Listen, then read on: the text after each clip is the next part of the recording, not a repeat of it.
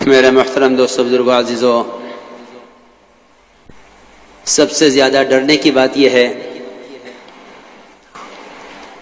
کہ محنت سنت سے ہٹ کر کہیں عادتوں اور رواجی طریقوں کی طرف نہ چل دے۔ اس کا ڈر اس لیے زیادہ ہے کہ رواجی طریقوں میں سہولتیں بہت ہیں، اور سہولت پسندی مجاہدے کی بالکل مخالف ہے۔ ہر شخص کی اگر کوشش یہ ہو کہ کام کو سہولت کی طرف، آسانی کی طرف لاؤ تاکہ امت کا ہر فرد اس کو کر سکے، دین کو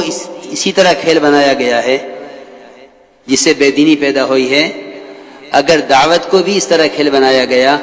تو اس سے بھی وہ تربیت، وہ اصلاح، وہ اللہ کا تعلق پیدا نہیں ہوگا جو دعوت اللہ کے ساتھ اللہ کی طرف سے موعود ہے، جس کا وعدہ ہے۔ اس لیے سب سے اہم اور بنیادی بات، اعمال دعوت سے اللہ کے قرب کا دلوں میں ایسا یقین ہو کہ یہ تو ممکن ہے کہ صبح سورج نہ نکلے، مگر یہ ممکن نہیں ہے کہ دعوت اللہ محمد صلی اللہ علیہ وسلم اور آپ کے صحابہ کے طریقے اور ان کے جذبے کے مطابق ہو، اور دعوت اللہ سے تربیت اور اصلاح اور ہدایت کا عام ہونا نہ ہو، یہ ممکن نہیں ہے۔ اس لیے میرے محترم دوستو، بزرگوں، عزیزوں، بنیادی طور پر سب سے پہلے ہر کام کرنے والے کو دل کی گہرائیوں سے اس کا یقین ہو کہ دعوت اور عمل ان دونوں کا کما حقہما، جیسا ان دونوں کا حق ہے، ان دونوں کو مسلسل جمع رکھنا، یہ تربیت کا، تزکیے کا، اصلاح کا اور تعلق مع اللہ کا ایسا یقینی راستہ ہے، ایسا یقینی راستہ ہے جس کا انکار کرنا سنت کا انکار کرنا ہے، جس کا انکار کرنا سنت کا انکار کرنا ہے۔ دل کے اندر اس کا یقین ہو کہ اللہ رب العزت نے ہدایت کا ضابطہ دعوت اللہ کو متعین فرمایا ہے، ہدایت کا ضابطہ دعوت اللہ کو متعین فرمایا ہے۔ دعوت اللہ دین کے کسی شعبے کا متبادل نہیں ہے، اور دین کا کوئی شعبہ دعوت کا متبادل نہیں ہے۔ میری بات بہت توجہ سے سننا۔ اگر ہم یہ خیال کریں کہ ہاں کام ہے اور بھی کام ہے، تو دعوت اللہ کا کوئی متبادل نہیں ہے۔ اور یہ بھی یاد رکھنا کہ دعوت اللہ دین کے کسی شعبے کا متبادل نہیں ہے کہ اس کو چھوڑ کر اس کو کر لیا جائے، اس کو چھوڑ کر اس کو کر لیا جائے۔ دعوت اللہ کا کوئی متبادل نہیں ہے، اور محض دعوت دین کے شعبوں کا متبادل نہیں ہے، کیونکہ دین اور دعوت،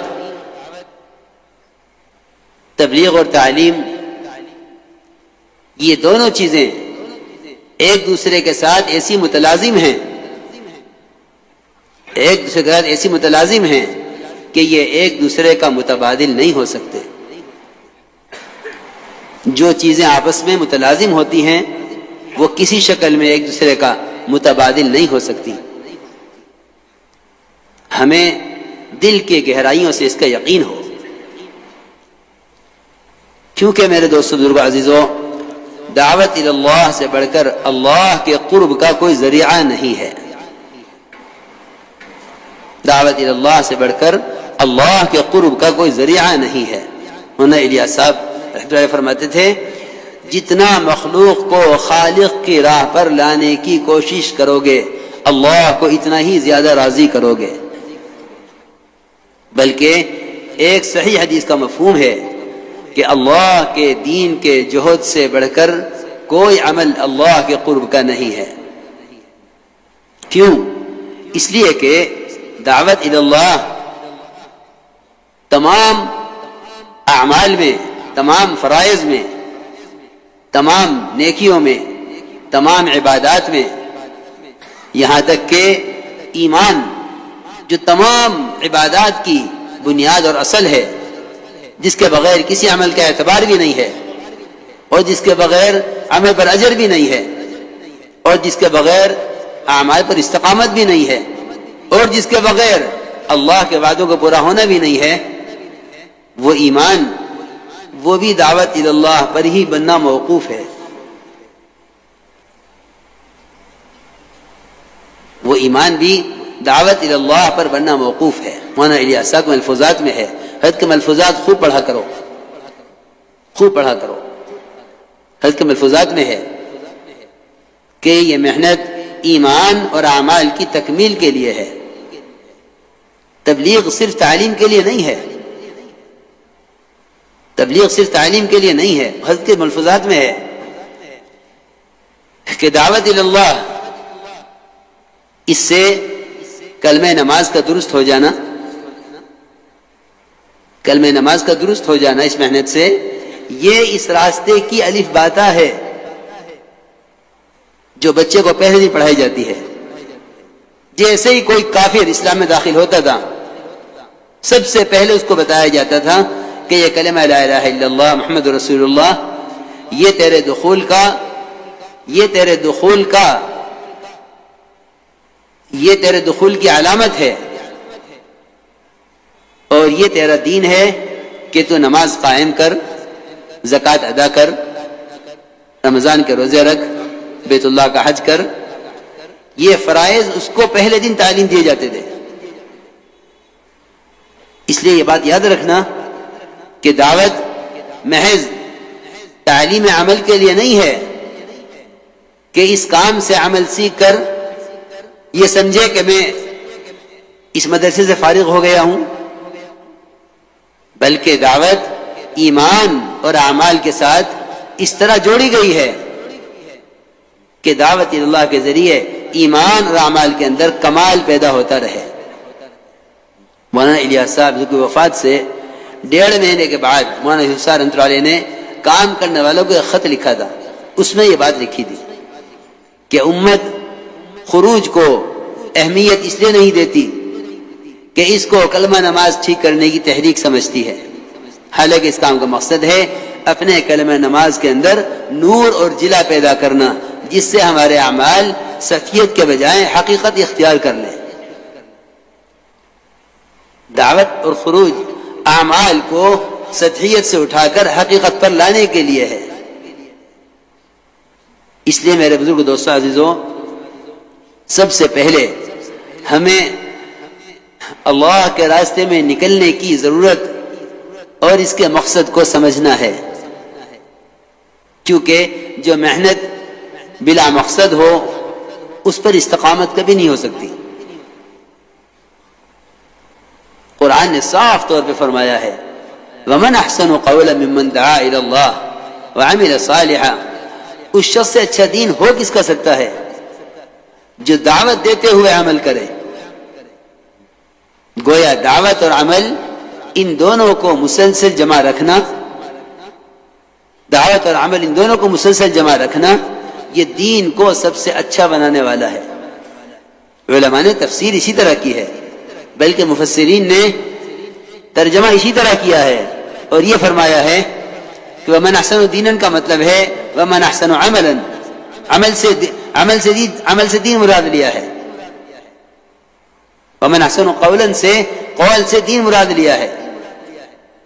کہ اس سے اچھا دین ہو کس کا سکتا ہے جو دعوت دیتے ہوئے عمل کرے۔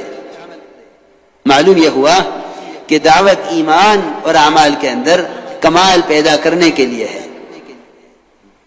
اس لیے میرے بزرگ دوستو عزیزوں، بنیاد اس کو بناؤ کہ اللہ کے راستے کی نقل و حرکت ایمان اور اعمال کی تکمیل کے لیے ہے۔ سوال اس بات کا ہے لوگ یہ کہتے ہیں کہ کیا ایمان اور اعمال میں کمال پیدا کرنے کے لیے صرف یہی راستہ ہے؟ دیکھو، جب جب امت کی نظر سیرت صحابہ سے اور محمد صلی اللہ علیہ وسلم کے طریقوں سے دور ہوتی جاوے گی، امت کے درمیان رواجی طریقے زندہ ہوتے رہیں گے اور سنت کے طریقے امت سے دور ہوتے رہیں گے، سنت کے طریقے دور ہوتے رہیں گے۔ اگر ہم اس محنت کو کرنے میں سب سے پہلے سیرت پر غور کریں کہ سیرت صحابہ میں اور آپ صلی اللہ علیہ وسلم کی احادیث میں دعوت کا کیا مفہوم ہے اور ایمان کی دعوت کی کیا ضرورت ہے، اور ایمان سیکھنے میں صحابہ کرام کا کیا معمول ہے، اگر اس پر غور کریں گے تو واقعی میں یقین سے کہتا ہوں یہ بات سمجھ میں آ جائے گی، یہ بات سمجھ میں آ جائے گی کہ اللہ کے راستے کا جوہد محمد صلی اللہ علیہ وسلم اور آپ کے صحابہ کے طریقے کا پابند ہو کر کرنا یہی ایمان اور اعمال کی ترقی کا راستہ ہے۔ سب سے پہلے دعوت کے ذریعے یقینوں کی تبدیلی مطلوب ہے۔ مولانا الیاس صاحب خود فرماتے تھے کہ اگر میں اس کام کا کوئی نام رکھتا تو اس کا نام تحریک ایمان رکھتا، اس کا نام تحریک ایمان رکھتا۔ اگر میں اس کام کو کوئی نام رکھتا کہ اس کا نام تحریک ایمان رکھتا،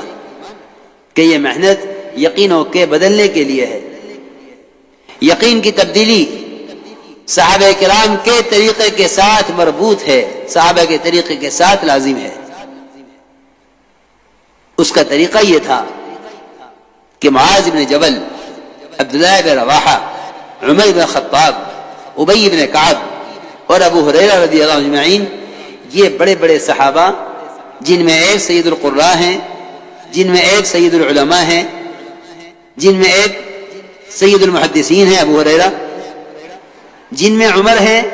جن کے بارے میں فرمایا لو کان بعد نبی لکان عمر۔ ان صحابہ سے یہ بات کئی روایتوں میں ثابت ہے کہ یہ ایمان سیکھنے کے عنوان پر صحابہ پر گشت کرتے تھے اور ان سے ملاقاتیں کرتے تھے اور کہتے تھے قم بنا، اٹھو ہمارے ساتھ، چلو ہمارے ساتھ، آؤ ہمارے ساتھ، کچھ دیر کے لیے میرے پر ایمان لے آئیں۔ یہ معمول امت میں سے یعنی کلیتاً ختم ہو گیا ہے، کلیتاً ختم ہو گیا، کلی طور پر۔ حالانکہ یقین کے سیکھنے کا اور یقین کی تبدیلی کا یہی طریقہ تھا صحابہ کرام کے درمیان۔ مسجد کی جماعت تھی صحابہ کی جن کا کام یہ تھا کہ ایمان سیکھنے کے عنوان پر صحابہ پر گشت کرتے تھے اور کہتے تھے قم بنا، اٹھو ہمارے ساتھ، چلو ہمارے ساتھ، آؤ ہمارے ساتھ مسجد میں، کچھ دیر کے لیے برت پر ایمان لے آئیں۔ بلکہ خود عمر رضی اللہ عنہ کا قول یہ ہے، خود فرماتے ہیں کہ میں تمہیں مسجد میں ایمان کے حلقوں میں اس لیے جمع کرتا ہوں تاکہ میرے اپنے ایمان میں زیادتی ہو، تاکہ میرے اپنے ایمان میں زیادتی ہو۔ عبداللہ بن رواحہ رضی اللہ تعالی عنہ ایک کے دو کے ہاتھ پکڑتے اور یہ کہتے کچھ دیر کے لیے ہمارے ساتھ مسجد میں آ جاؤ، اب پر ایمان لے آئیں۔ خبر نہیں یہاں اس وقت کتنی مسجد کی جماعتیں موجود ہوں گی۔ میری ان سب سے درخواست یہ ہے کہ اپنے کام کو محمد صلی اللہ علیہ وسلم اور آپ کے صحابہ کے طریقے اور ان کی سیرت پر لاؤ، کیونکہ اللہ رب العزت نے قیامت تک تربیت کا ضابطہ سنت کو متعین کر دیا ہے۔ جو محنت، جو عمل، جو عبادت، جو ضرورت خلاف سنت پوری کی جائے گی، اس سے نہ اللہ کا قرب حاصل ہوگا نہ کبھی تربیت ہوگی۔ اس لیے مسجد کی جماعت کا کام یہ ہے کہ مسجد کو ملاقات کے وقت عمل سے خالی نہ چھوڑو، بلکہ مسجد میں 2-3 ساتھیوں کو متعین کر کے ایمان کا حلقہ قائم کرو اور صحابہ کی طرح ملاقاتیں کر کے لوگوں کو ایمان سیکھنے کے عنوان پر جتنے مسجد کے باہر کے پھیلے ہوئے نقشے ہیں ان نقشوں میں سے ان کو نکالو۔ نقشوں میں دعوت نہیں جانی ہے، نقشوں میں سے نکال کر ایمان کے حلقوں میں لا کر ایمان سکھلانا ہے۔ ان نقشوں سے نکالو۔ ہمیں صحابہ کرام کا معمول یہ ملا ہے کہ ملاقاتیں کر کے فرماتے صحابہ سے ہمارے ساتھ اٹھ جاؤ، مسجد میں آ جاؤ، ہمارے ساتھ مسجد میں آ جاؤ تاکہ میرے پر ایمان لے آؤں۔ ملاقاتیں برائے ملاقات نہیں ہیں، بلکہ ملاقات مسجد کے ماحول میں لانے کے لیے ہیں، کیونکہ اللہ کے تعلق کے پیدا ہونے اور یقین کے بدلنے کی جگہ اصل مسجد ہے۔ ہمیں صحابہ کرام کا معمول یہی ملتا ہے۔ اس زمانے میں کیونکہ مسجدیں صرف نماز کے لیے رہ گئی ہیں، نماز کے علاوہ اور کوئی عمل مسجد کے لیے تصور نہیں کیا جاتا، حالانکہ حضور اکرم صلی اللہ علیہ وسلم کے زمانے میں نماز مسجد کا ایک عمل تھا سارے اعمال کے ہوتے ہوئے۔ ابو بکر رضی اللہ عنہ بیان فرما رہے تھے، بیان کرتے کرتے فرمانے لگے آؤ اب نماز پڑھ لیں۔ صحابہ کرام کھانا کھا رہے تھے، کھاتے کھاتے فرماتے ہیں ہم نے اتنا ہی کیا کہ مسجد کنکریوں سے ہاتھ پہنچے اور نماز میں شریک ہو گئے۔ وہ سارے اعمال مسجد تھے جن کی وجہ سے عبادات میں کمال پیدا ہوتا تھا۔ اس زمانے میں مسجد کا عمل صرف نماز کو سمجھا جاتا ہے، اس لیے نماز میں کمال نہ عمل کے اعتبار سے ہے، نہ طریقے کے اعتبار سے ہے، نہ یقین کے اعتبار سے ہے۔ اس لیے میرے دوستو بزرگوں عزیزوں، مجھے عرض کرنا تھا کہ مسجد نبوی 24 گھنٹے ان اعمال سے آباد تھی کہ ہر آنے والے کو اپنی ضرورت کا دین سکھلانے والے مسجد میں مل جایا کرتے تھے۔ اب تو مسجد کا عمل صرف نماز رہ گیا ہے۔ اس کے بارے میں بھی یوں کہتے ہیں کہ جی اذا قضیت الصلاۃ فانتشروا فی الارض وابتغوا من فضل اللہ، کہ نماز ہو چکے تو نکل جاؤ تجارت کے لیے اور اللہ کا فضل تلاش کرو، یعنی تجارت کرو۔ حالانکہ بعض مفسرین کا اور خود ابن عباس رضی اللہ تعالیٰ کا قول یہ ہے، خود ابن عباس رضی اللہ عنہ کا قول یہ ہے کہ اس سے طلب رزق مراد نہیں ہے، اس سے طلب علم مراد ہے، کہ نماز سے فارغ ہو جاؤ تو کسی علم کے حلقے میں بیٹھ جاؤ۔ اگر تمہیں شدید ضرورت باہر جانے کی پڑ ہی گئی ہے تو جا سکتے ہو، کیونکہ صحابہ کرام کو تجارت سے روک دیا گیا تھا، وہ ایسی اطاعت کرنے والے تھے کہ تجارت ہمیشہ کے لیے چھوڑ دیتے، اس لیے اللہ نے فرمایا کہ جب نماز پڑھ چکو تو تجارت کر سکتے ہو۔ اس لیے اس سے اگر طلب علم مراد لیا جائے ابن عباس رضی اللہ عنہ کے قول کے مطابق تو یہ عمل استحباب کے لیے ہوگا، یہ عمل استحباب کے لیے ہوگا کہ طلب علم میں نماز کے بعد علم حاصل کرنے میں مشغول ہو جاؤ، اور اگر اس سے تجارت مراد لی جاوے تو حکم اباحت کے لیے ہوگا کہ ہاں جائز ہے کہ اب آپ جا کے تجارت کر لیں، کیونکہ یہ حکم جو ممانعت کے بعد آتا ہے وہ جواز کے لیے آتا ہے، اجازت کے لیے آتا ہے۔ اس لیے میں تو ایک بات درمیان میں یاد آ گئی کہ میں آپ کو اس کی تفسیری بتا دوں کہ فانتشروا فی الارض وابتغوا من فضل اللہ، اس کا اس علماء نے کیا مراد لیا ہے۔ بعض علماء کی تفسیر میں تو یہ ہے کہ اس سے طلب رزق مراد نہیں ہے، اس سے طلب علم مراد ہے۔ اور فرماتے ابن عباس رضی اللہ تعالیٰ عنہ کہ اگر باہر نکلنا ہی ہے مسجد سے باہر تو 3 کاموں میں سے کسی ایک کام کے لیے نکلو، یا کسی مسلمان کی زیارت کے لیے، یا کسی مسلمان کی عیادت کے لیے، یا کسی جنازے کے پیچھے چلنے کے لیے۔ تو مجھے اس پر یاد آ گیا، مجھے تو عرض کرنا تھا میرے دوستو عزیزوں کہ اصل میں ہمارا سارا وقت وہاں گزرتا ہے جہاں یقین بگاڑا جاتا ہے، جہاں اللہ کا غیر بولا جاتا ہے۔ ہمارے ملاقاتوں کا مقصد ہے ہر مسلمان کو اللہ کے غیر سے اور شرک کے ماحول سے نکال کر اللہ کے گھر میں ایمان اور یقین کے ماحول میں لے کر آویں۔ یہ ہمارے گشتوں کا مقصد ہے، کیونکہ یقین کے بننے کی جگہ مسجد ہے۔ جیسے میں نے عرض کیا کہ عمر رضی اللہ عنہ فرمایا کرتے تھے کہ میں مسجد میں ایمان کے حلقے قائم کر کے تمہیں یہاں اس لیے جوڑتا ہوں تاکہ میرے ایمان میں زیادتی ہو۔ اتنی بات کافی ہے یہ سمجھنے کے لیے کہ واقعی مسجد میں ایمان کے حلقوں میں بیٹھنے سے ایمان کو ترقی ہوتی ہے۔ یہاں جمع کر کے یہاں ایمان کی تعلیم دو، یہاں جمع کر کے یہاں ایمان کی تعلیم دو۔ میرے دوستو عزیزو، امت ایمان کے خیال پر ہے، امت ایمان کے خیال پر ہے، خیالی ایمان ہے، ایمان کی حقیقت سے بالکل واقف نہیں ہے۔ یہاں ایمان کے حلقوں میں لا کر ایمان کی تعلیم دو، یہاں ایمان کے حلقوں میں بٹھا کر ایمان کی تعلیم دو، جم کر یہ بات سمجھاؤ کہ ایمان کہتے ہیں محمد صلی اللہ علیہ وسلم کی لائی ہوئی خبروں کو محمد صلی اللہ علیہ وسلم کے اعتماد پر یقینی ماننا، محمد صلی اللہ علیہ وسلم کی لائی ہوئی خبروں کو محمد صلی اللہ علیہ وسلم کے اعتماد پر یقینی ماننا، اس کو ایمان کہتے ہیں۔